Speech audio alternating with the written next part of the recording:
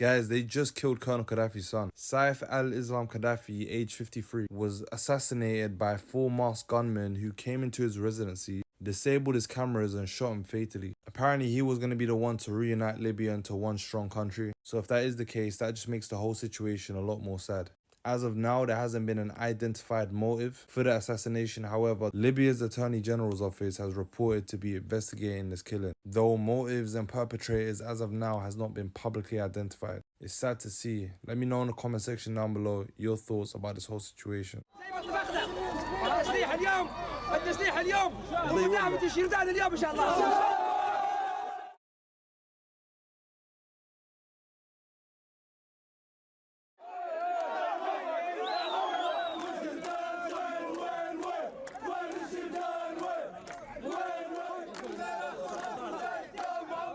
Have you seen the pictures of the tens of thousands of refugees fleeing this country? Yes. And what's your response to that? To be honest with you, even many Libyans fled their country. You know why? Because of the media. Come on.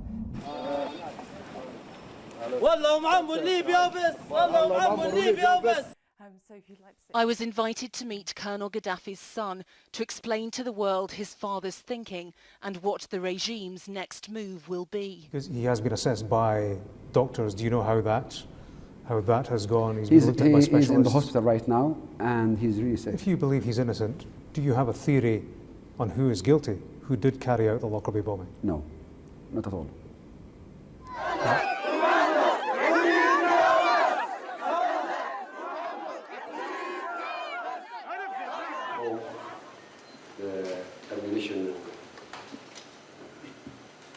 This is our country, this is our country, this is our people, and we live here and we die here.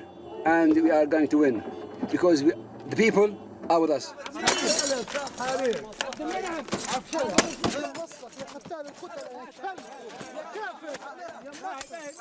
This was the last time the world saw Saif Gaddafi. A once flamboyant figure, he's now been in solitary confinement for 20 months. Facing allegations of war crimes and crimes against humanity, his legal team say he may go on trial in Libya within weeks. Your spying satellites and your airplanes.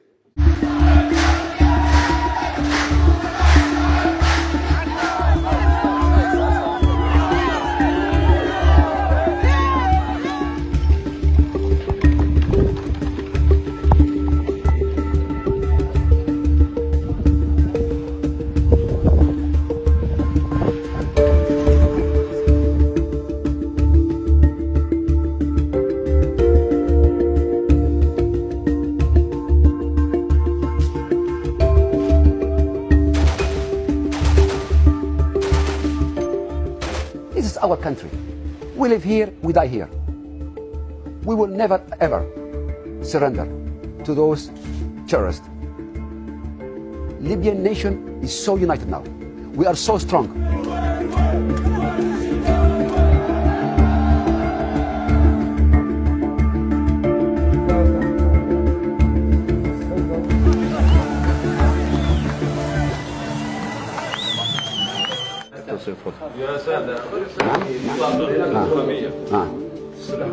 He's the only son of Muammar Gaddafi, who remained in Libya after the rest of the family fled and took on a life in exile. And so he was the only one tangibly on the ground.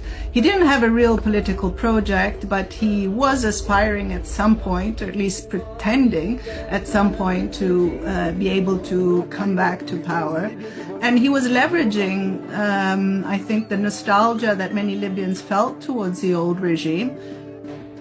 Certainly, he had some enemies in the country who feared his political standing. But we don't know who actually carried out the assassination.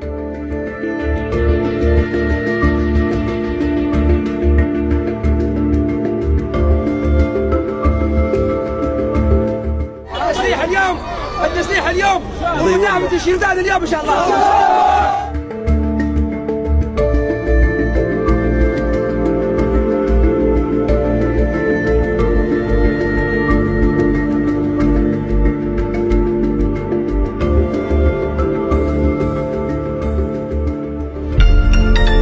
In 2011, when Muammar Gaddafi, the former president of Libya, was being bombed by the French and was under attack by NATO, he said, "Now I am under attack by the biggest force in military history. My little African son, Obama, wants to kill me, to take away the freedom of our country, to take away our free housing, our free medicine, our free education, our free food, and replace it with American-style thievery called capitalism." But all of us in the third world know what that means. It means corporations run the countries, run the world, and the people suffer. So there is no alternative for me. I must make my stand, and if Allah wishes, I shall die by following his path.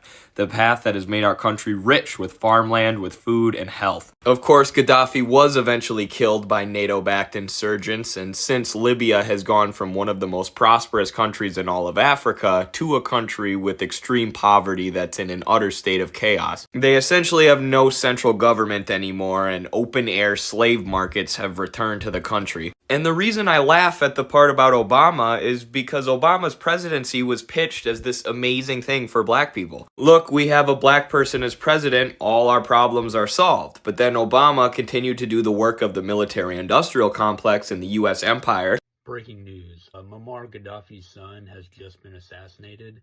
And in this video, I'm about to explain all the ways that Gaddafi made Libya a better place and a better country and all the things he accomplished. And then I'm going to get into, we don't really know much about what happened and why he was assassinated, but I'm going to get more into that. And then if you follow me, I'm going to be doing some more reporting on it, etc. But for those that don't know, Muammar Gaddafi was an amazing leader. He rose the standard of living. He had free health care. He implemented free health care and education. The state provided free universal health care and free education at all levels, including university. This led to a dramatic increase in literacy rates from around 25% in 1969 to over 85% by the 2000s. Heavily subsidized essentials, electricity, water, basic food staples, gasoline were heavily subsidized, making them extremely cheap for citizens. Home ownership, a famous policy stated, it's your right to have a house. The house belongs to its inhabitants. That's a quote from him. The state provided interest-free loans for citizens to buy homes, and it was considered a constitutional right. Meanwhile, America has thousands of people sleeping on the streets, homeless. This is fucking insane that Gaddafi is looked at as like this evil dictator or whatever. It's insane.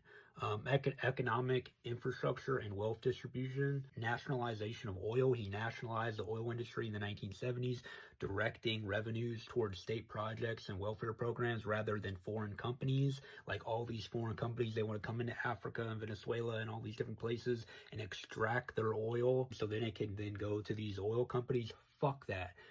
What he did was he nationalized oil so that it benefits its own people. Oh, that's so horrible. He had the oil below the people's feet and have the oil actually benefit its own people. Wow, that's horrible. That their own oil was used to benefit the citizens of that country where the oil belongs. I mean, it's fucking insane. Foreign asset fund and no external debt. Libya amassed significant foreign currency reserves, reportedly over $150 billion, and claimed to have no external debt. Gaddafi proposed a pan-African gold dinar currency backed by these reserves. He improved women's rights, especially in Africa and in that region, the whole Middle East.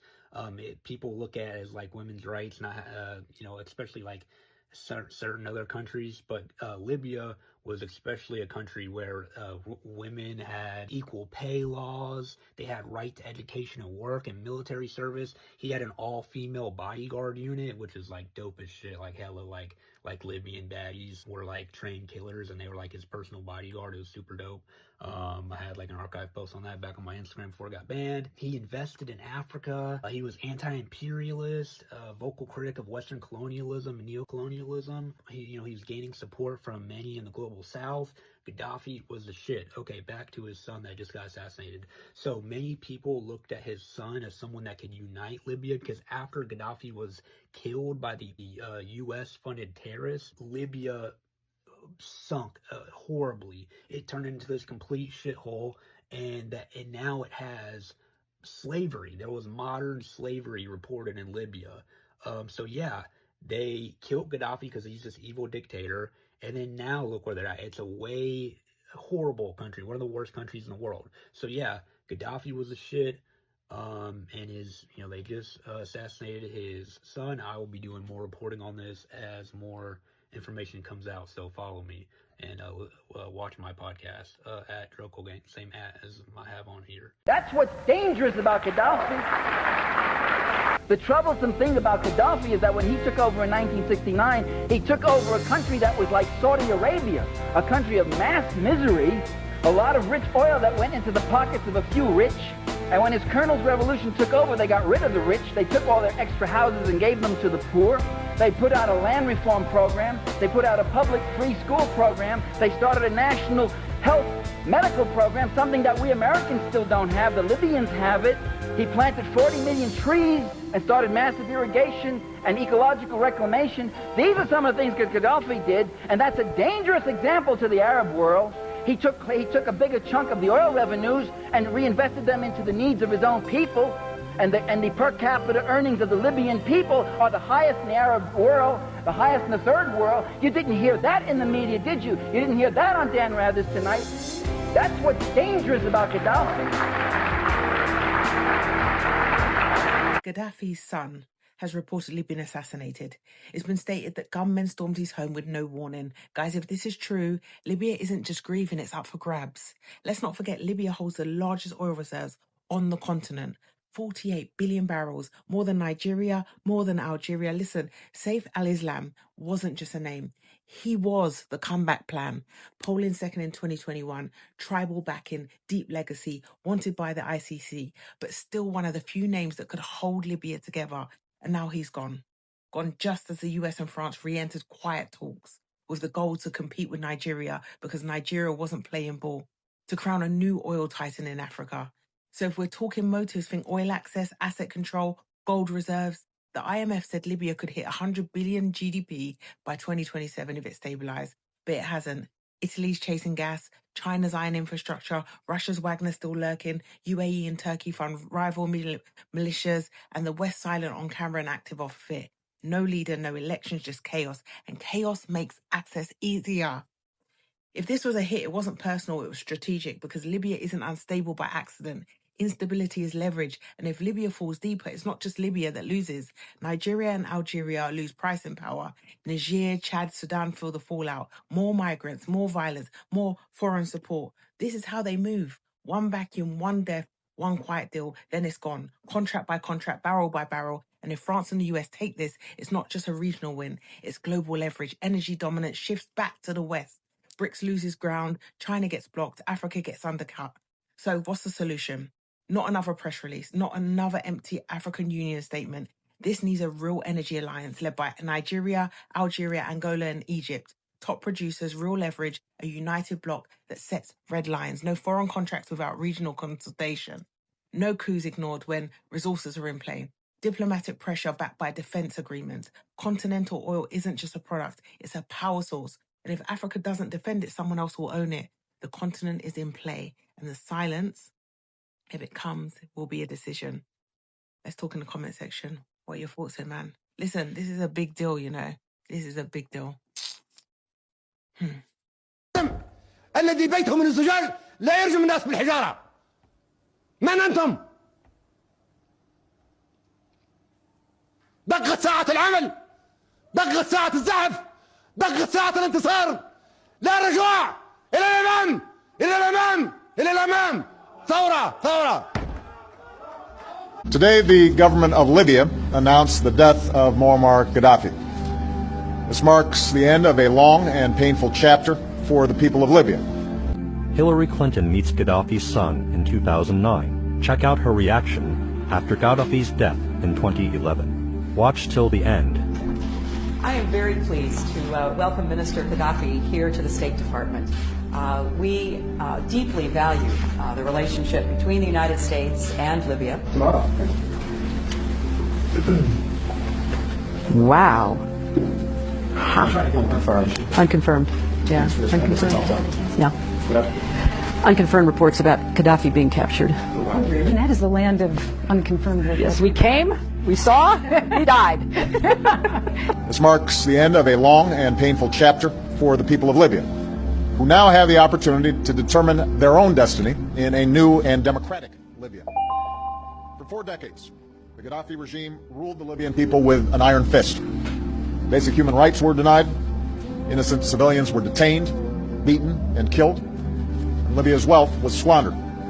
The enormous potential of the Libyan people was held back, and terror was used as a political weapon. Today, we can definitively say that the Gaddafi regime has come to an end. We were the ones that caused Gaddafi's death because Hillary Clinton played a game over there, and I was the one that went over there during the war. Gaddafi asked me to come over. I took a Biden staffer and a Bush staffer and a film crew leader from ABC One in New York, Larry Menti, with me, and a cameraman, because I didn't want the CIA to set me up. I hand-carried the letter back from Gaddafi offering to resign. The U.S. didn't want him to resign. They wanted to kill him. Why? Because Gaddafi, and I met him 3 times. I took Biden on my second trip to Libya, by the way. He went with me when I spoke to the whole country. At every meeting I had with Gaddafi, he wanted 2 things. He wanted to unite the African continent into a group of nations economically, like like the European economy. He wanted to base it on the gold standard. And the U.S. and Europe didn't want that. And the other thing is they wanted control of his oil, and they wanted control of his sovereign wealth. So Gaddafi had to go. That's outrageous, and it's wrong. Yeah, but that, I think, sounds right to me. Why was Muammar Gaddafi killed? Muammar Gaddafi was murdered because he, along with the other African heads of state, were about to bring into existence Africa's first central bank. They were erecting a central bank in Africa, which was going to do what? Back its money to the resources under the ground in Africa. Now, what would that have done to the global economic order? Remember, the United States dollar isn't backed on any natural resource. The British pound isn't backed on any natural resource. The Canadian dollar, the European Union, their currency isn't backed on any natural resource because Europe doesn't have a lot of natural resources. Africa does. So if they would have been successful in creating a central bank of Africa, coming up with a unitary currency, and then backing that currency to the material wealth under the soil, they would have bankrupted. They told me officially their plan, their mission was to kill the president of Benin, move to Congo Brazzaville, move to Angola, to kill the president of Angola, move to Uganda, and then go to Guinea, Sekoture. This is a point which I wanted to bring to your attention. And therefore, with this particular, there is the movement. Therefore, they make news in their news media. Before you can be assassinated, they can focus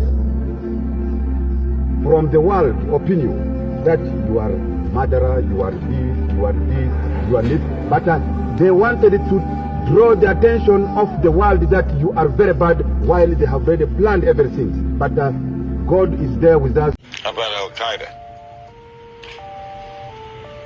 Al-Qaeda وين هي؟ Where is Al-Qaeda? القاعدة هنا في نيويورك. Al-Qaeda is here in New York.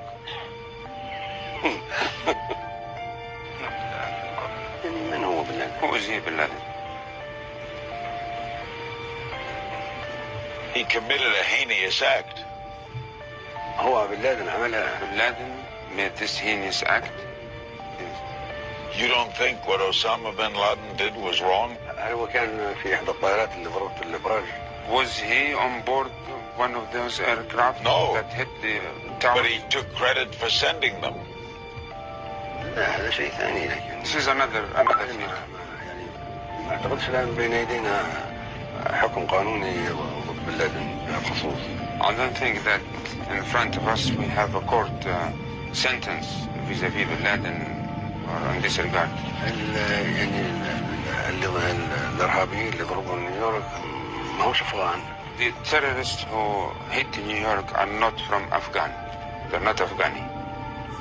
ما طلعوش من الطائرات من أفغانستان أو من العراق. They did not use the airplanes or take off from Iraq or Afghanistan by airplanes. من مطار كندي هنا. They flew from JFK airport here in New York. وهو العمل كله حصل داخل أمريكا. The whole action was done here. Sprang from here. وتدربوا هنا في أمريكا. They were trained here. لم يتدربوا في العراق. ولم يتدربوا في أفغانستان. They did not train, or they were not trained in Iraq or in Afghan. Oh, there. Okay. We'll be right back. I'm sure we've all seen the memo now that alleges that the reason Gaddafi was taken out was because of what he was planning for Africa and it was going to hurt America. And it's funny, Larry King, as soon as he started spilling some beans, Larry King is like, yeah, nah, fuck that, we're gonna be back. Shut up. It's crazy as humans how we never truly value people until after they're gone. Sorry to ruin your day with this information I found out today, but yes, an African country tried to donate African American citizens $1 billion to help rebuild our black communities. And guess who denied it? Our own government. In January 1996, Libyan leader Muammar Gaddafi pledged to provide $1 billion to Louis Farrakhan's Nation of Islam to support economic and political initiatives for African Americans. Additionally, Gaddafi offered Farrakhan a personal award of $250,000. However, due to U.S. sanctions against Libya, stemming from allegations of its support for terrorism, the U.S. government blocked these financial transfers. The Treasury Department denied Farrakhan's request for an exemption to accept the funds, citing the need to enforce policies isolating Libya. In summary, while Gaddafi did offer a $1 billion gift to support African American initiatives through the Nation of Islam, the U.S. government prevented the transfer. To help Black Americans economically and politically, and the US government denied that gift. A lot of you might already know this story, but it was new information to me, so I'm assuming some people don't know about this history, and it's important that we talk about it. According to LA Times, the federal government of the US denied the Nation of Islam leader Louis Farrakhan permission to accept a promised $1 billion gift from Libya to help Black Americans economically and politically. According to the same report, Farrakhan applied to the Treasury Department's Office of Foreign Assets Control, asking that he be granted an exemption from the sanctions to permit acceptance of $1 billion pledged by Libyan leader Muammar Gaddafi during a visit Farrakhan made to Libya. The Treasury Department denied that request in a message to Farrakhan's lawyers in Chicago, asserting the continuing need of the United States to enforce its policy of isolating Libya. Denying $1 billion, which is a gift meant for Black Americans from an African country, is insane. But it did happen, and according to U.S. spokesman then, Glenn Davis, he said, quote, obviously Gaddafi has an interest in gaining a foothold here in the U.S. in some fashion, and of course, that kind of talk is not something that we view positively at all, end quote. So basically the reasoning the U.S. government gave is that Gaddafi is doing it because he has an interest, and we don't want to allow that, even though this money would have changed people's lives greatly and brought about so much positivity to the Black American community. The US government said no to that. This is a history worth remembering, especially for those that had no idea that an African country offered a gift of $1 billion to them. Gaddafi tried to give him like $1 billion and the United States blocked it. Of course, brother. Colonel Muammar Gaddafi, man, I'll be pleased with our brother, was not some dictator. See, it's funny how the media will make you look like a damn monster. Oh, well, I'll just say this. In Libya, number one, Libya under Colonel Muammar Gaddafi had zero debt. They had free education, free health care. If you wanted to go to school abroad, they would give you the money and pay for the tuition, and they would pay for your room and board. When you got married, they would give the family $5,000. If you wanted to own a farm, they would give you all the tractors, all the seeds, and the land to till that farm. Gaddafi and the country of Libya was one of the only countries on the planet that had zero debt, was completely free to do whatever they wanted to do. And that's why they called him a dictator, because he would not allow America to have access to that wealth. He was going to create a joint currency using the wealth under the feet of the Libyan people, the gold, the oil, etc., and the wealth of the nearly 50 other countries in Africa, and come together to create a African currency. That money based on the African worth, would have bankrupt China's yuan. It would have bankrupt America's dollar. It would have bankrupt the European pound. So that was removing total neocolonialism from the planet. And they said, we need to get rid of this nigga now. Because if he comes to power with those other 50 countries in Africa, we will have to bow to them. And we do not want to bow to them. Days ago, we petitioned the U.S. government ومنذ أيام قليلة قدمنا قضية ضد الحكومة الأمريكية for a license قدمنا للحصول على ترخيص to receive this gift للحصول على هذه الهدية and also وأيضا to receive a gift للحصول على هدية promised موعودة in the name of the Libyan Jamahiriya باسم الجماهيرية الليبية by brother Muammar Gaddafi. من قبل الأخ معمر القذافي. After the Million Man March, بعد وإثر مسيرة المليون رجل, brother Gaddafi called me اتصل بي الأخ القذافي on an international telephone, على خط هاتفي دولي, which I know the CIA وأعلم أن المخابرات الأمريكية has recorded every word. قد سجلت كل عبارة فيه. And he said to me, وقد قال لي, brother, أخي, I will put the wealth of Libya إنني سوف أضع ثروة الجماهيرية behind the nation of Islam. خلف أمة الإسلام. He was so inspired وقد استوحى by what he saw ذلك مما شاهده of our work in America. من عملنا في الولايات المتحدة. He was inspired وقد استوحى الأمر to give to aid me in that work. ليساعدني على ذلك العمل. Instead of America وبدلا من ذلك stopping me from receiving الولايات المتحدة توقفني أو such a gift, استلامي لهذه الهدية. America والولايات المتحدة that brought my fathers into slavery, لقد وضعوا أجدادي في ضمن الاستعباد. America والولايات المتحدة that robbed my people of their names, سرقت language, سرقوا من أهل أسماءهم culture, ولغاتهم وثقافاتهم religion, ودياناتهم God, and even our own minds, وحتى عقولهم, and then sold us as chattel وباعونا كالعبيد for 300 years, لمدة طوال 300 سنة. and then emancipated us وقد حررونا without giving us anything to go with, أو أعتقونا بدون أن يعطونا شيئا نسير به, but a promise never fulfilled, فيما عدا وعد لم يحققوه. while at the same time وفي الوقت نفسه we the blacks نحن السود fought, قاومنا, bled, and died ومتنا in ودفعنا every war في كل حرب that America had خاضتها الولايات for المتحدة her freedom, لحريتها for her justice, ولعدالتها. a freedom and a justice والحرية that والعدالة to this moment التي حتى هذه اللحظة we have never received. لم نحصل عليها أبدا.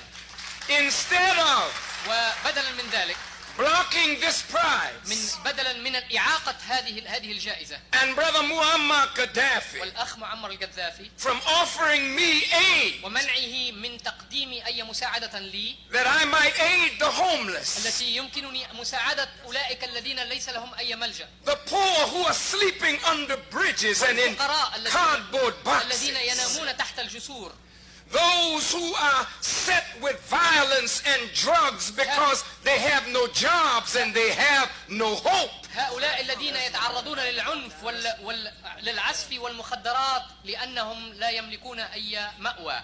Instead of America stopping such a gift, وبدلا من أن توقف أو تعرقل الولايات المتحدة هذه الهدية, America should have matched that promise with a promise of her own. فإنه ينبغي أن